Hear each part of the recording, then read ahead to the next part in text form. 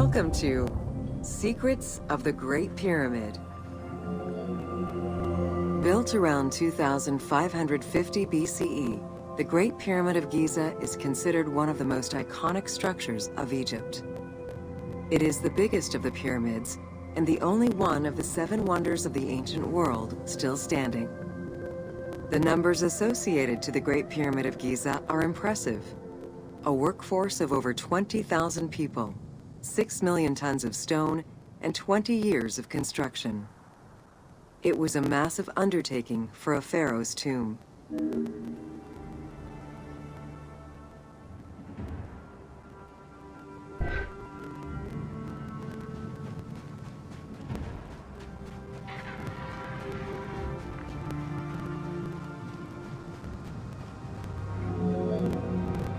The construction of the Great Pyramid was also a display of power and opulence on the part of Khufu. It is part of the pharaoh's vast funerary complex, which also includes 2 temples, 3 satellite pyramids, a causeway, and a builder's necropolis. We can guess that the intent behind the construction of these monuments was Khufu's way of declaring himself one of the most powerful pharaohs to rule a unified Egypt.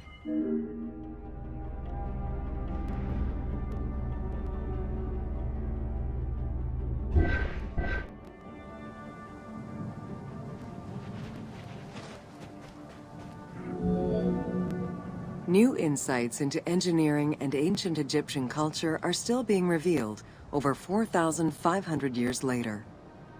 For example, a recently unearthed papyrus offers a glimpse into the life of a tradesman at the time of the pyramid's construction.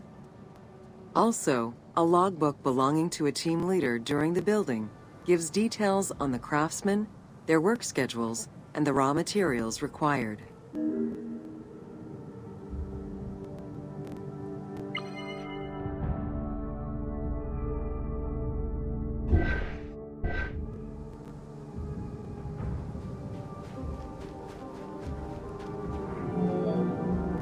It is interesting to note that by Cleopatra's time, the pyramid's celestial purpose, its construction, and the function of its mysterious inner chambers was already unclear.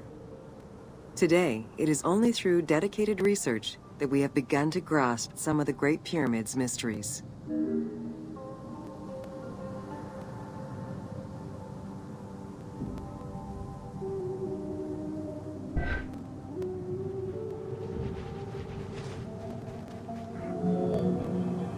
The Egyptians had polished their design for centuries by the time work on the Great Pyramid began.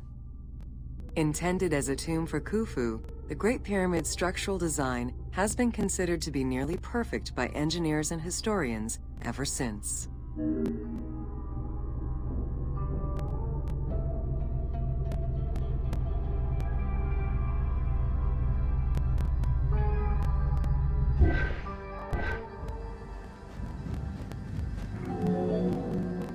Precisely oriented north-south to the 4 cardinal points of a compass, the length of each side of the Great Pyramid at its base was 230 meters, and its original height was 147 meters. The pyramid is a mere 0.05% error away from being a perfect square.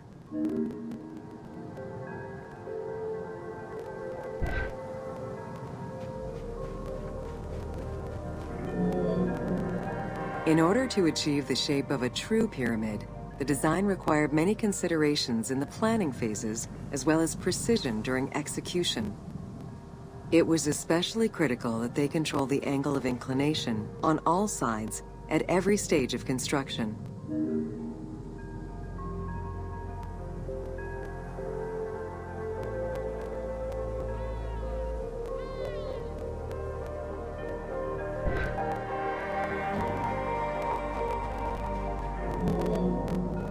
Materials for the Great Pyramid consisted of quarried limestone blocks, weighing between 2 to 15 tons each.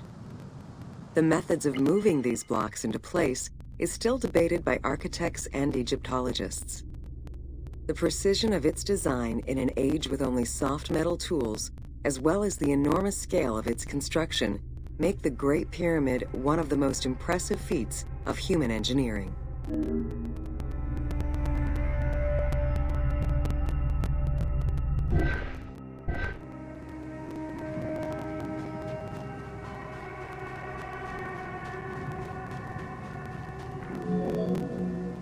It's estimated that it took between 600,000 and 2 million blocks of stone to build the Great Pyramid.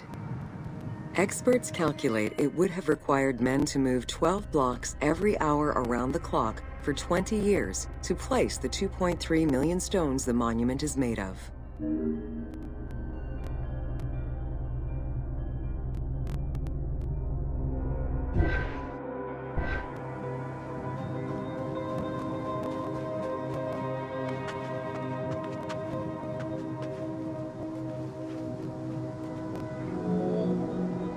While the interior chambers were built with red granite from Aswan, most of the pyramid was made from local limestone, weighing between 2 to 15 tons per block. There is debate on how the pyramid stones were moved into place. Recent research is exploring the idea that it was built around a large interior ramp.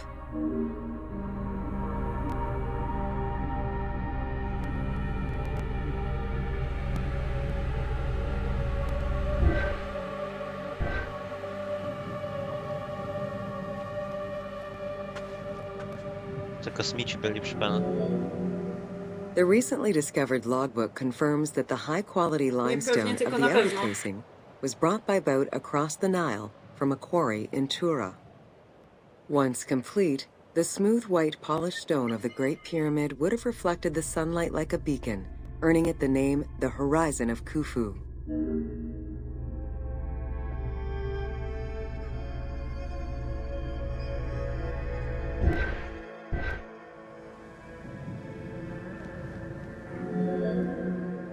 Over the centuries, thieves and travelers attempted to access the Great Pyramid numerous times. Ancient writings describe details of its interior, proof that some made their way within, though who gained entrance first and when is unknown.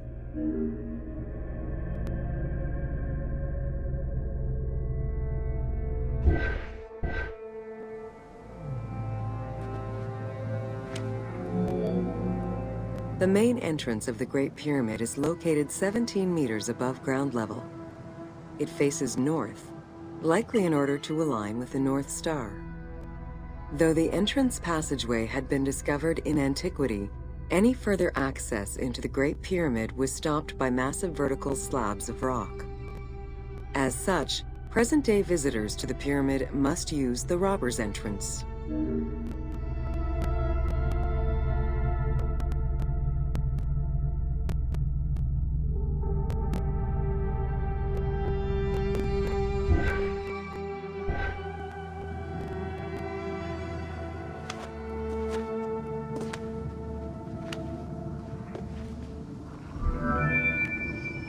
The robber's entrance is reported to have been opened in the 9th century by Caliph al-Mamun.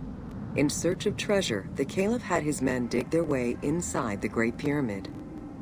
The most likely scenario is that they enlarged a corridor which had been created by tomb robbers during antiquity. As such, this is how the team can justify access to this wonder.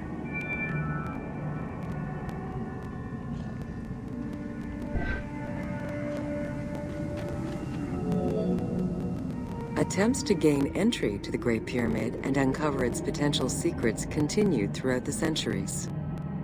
In the 19th century, the belief that another entry existed at the south side resulted in a hole being blasted into the pyramid's side, with no results for the damage that was done. While the search is still ongoing today to uncover more hidden rooms and passageways, conservation is the primary concern of all such efforts.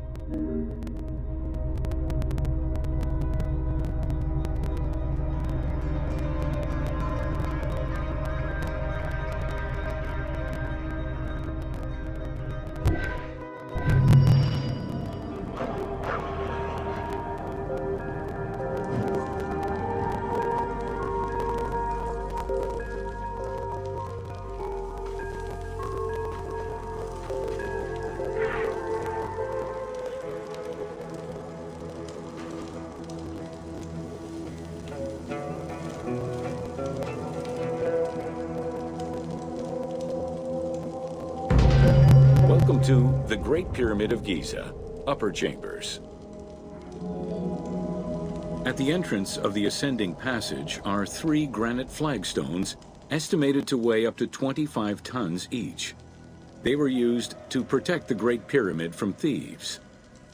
Undaunted by the granite blocks, the thieves simply dug into the softer limestone around them, thus creating the robber's entrance.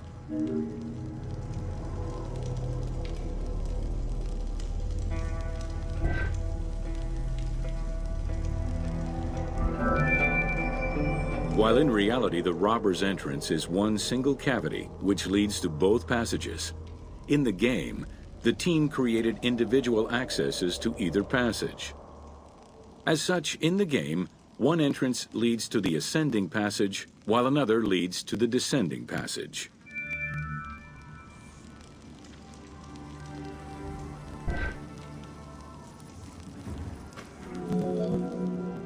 The ascending passageway of the Great Pyramid provides a direct path into the Grand Gallery and is accessed 30 meters from the entrance along the descending corridor. Both corridors have similar dimensions and are designed with the same 26-degree incline.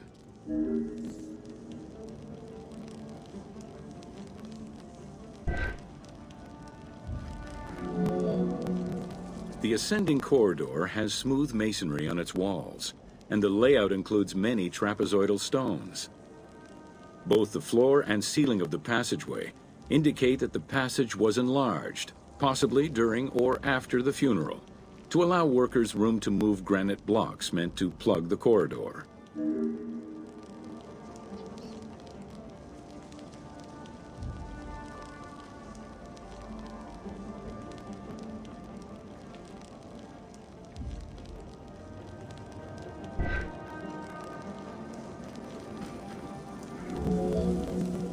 The Grand Gallery's purpose is still debated among experts. It may have been intended to align with the stars, act as a buffer to protect the King's Chamber, or simply to facilitate the transport of the granite blocks used inside the pyramid. Access to the Queen's Chamber was at the beginning of the Grand Gallery.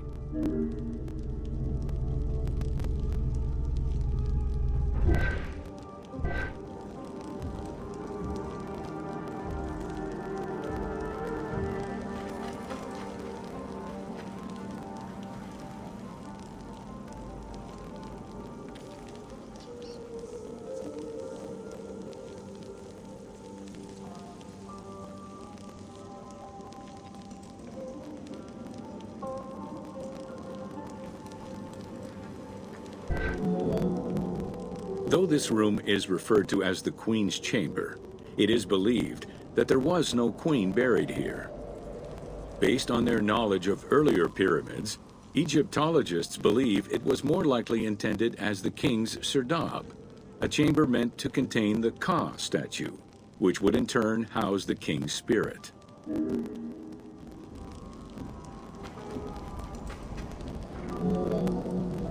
Situated exactly within the pyramid's center, on the east-west axis of the pyramid, the chamber has a vaulted ceiling and measures 5.7 by 5.2 meters. In the eastern wall, there is a niche tucked away in a small corbelled archway, which may have originally held the Ka statue. Behind this niche is another smaller hole, possibly dug out by thieves in search of further treasure.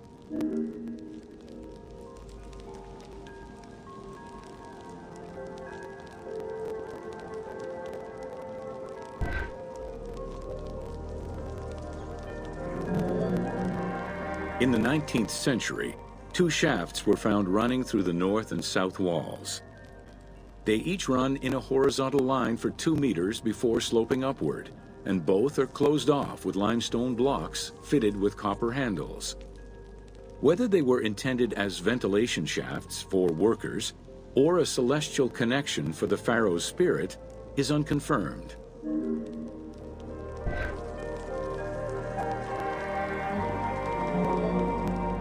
A recent scan of the room indicated the presence of an unknown cavity hidden behind the north face of the walls over the descending corridor. Further investigation is still ongoing to ascertain the nature of the anomaly, so as to avoid risking damage to the monument.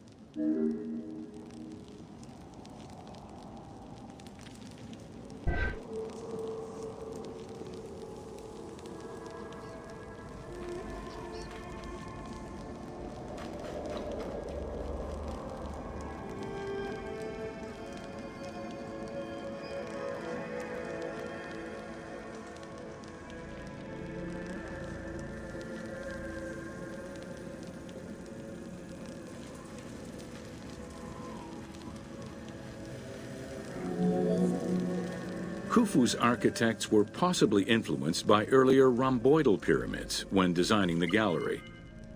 It is the longest corbelled vault ever built, measuring 47 meters long and 8.6 meters high.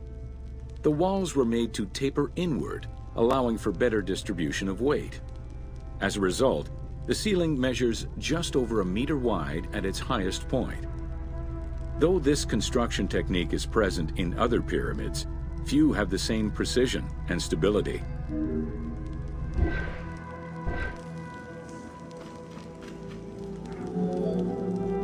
While the space is visually dramatic, the gallery seemed to serve a practical function, though what exactly remains uncertain. Still, the wall design was undoubtedly meant to contribute to the stability of the structure, and its floor may have helped workers move the materials. A channel runs along the middle of the room. A movable floor originally rested in this central recess.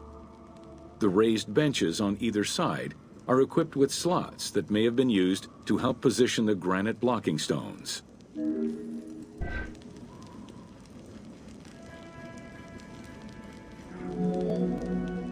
At the end of the Grand Gallery is the entrance to the antechamber leading to the King's Chamber.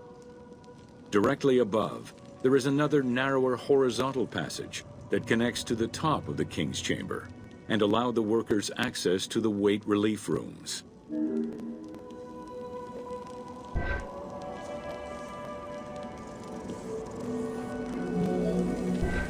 The far end of the Grand Gallery leads to a small antechamber with a portcullis, preventing access to the King's Chamber. The portcullis was composed of 3 separate granite slabs. They were designed to be lowered into place and seal the chamber after the burial of the king. The grooves dug out to hold the slabs in place are still clearly visible to this day. The elaborate locking system was composed of a series of grooves for the ropes and pulleys that dropped the stones into place like the notches on a key.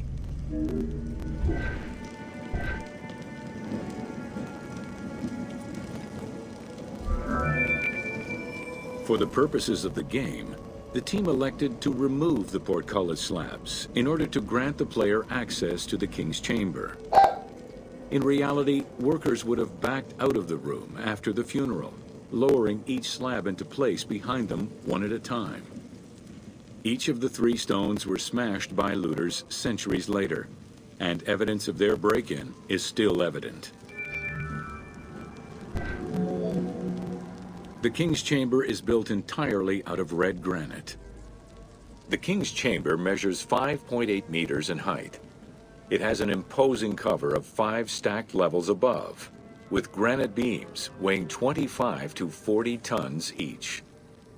The uppermost level is surmounted by a vault of stones, arranged in chevrons to bear the enormous structural load.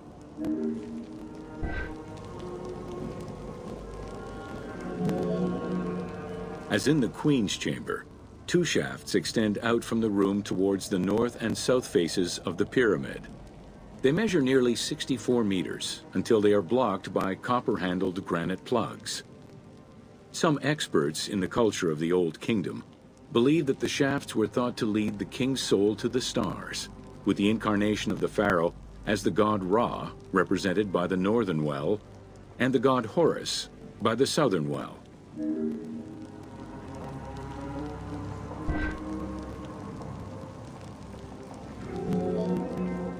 There is a granite sarcophagus at the west end of the room, but it is the concealed construction inscriptions left by workmen on the roof's stones which verify this as the resting place of Khufu. The sarcophagus was recorded as being empty when it was discovered, and its design indicates that there was once a lid in place. It's possible that this sarcophagus is only a cenotaph in memory of the pharaoh, but was never actually meant to receive the body.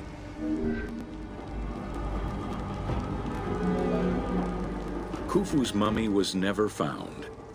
It is hoped that as of yet undiscovered hidden rooms and shafts of the pyramid may provide an answer as to its location.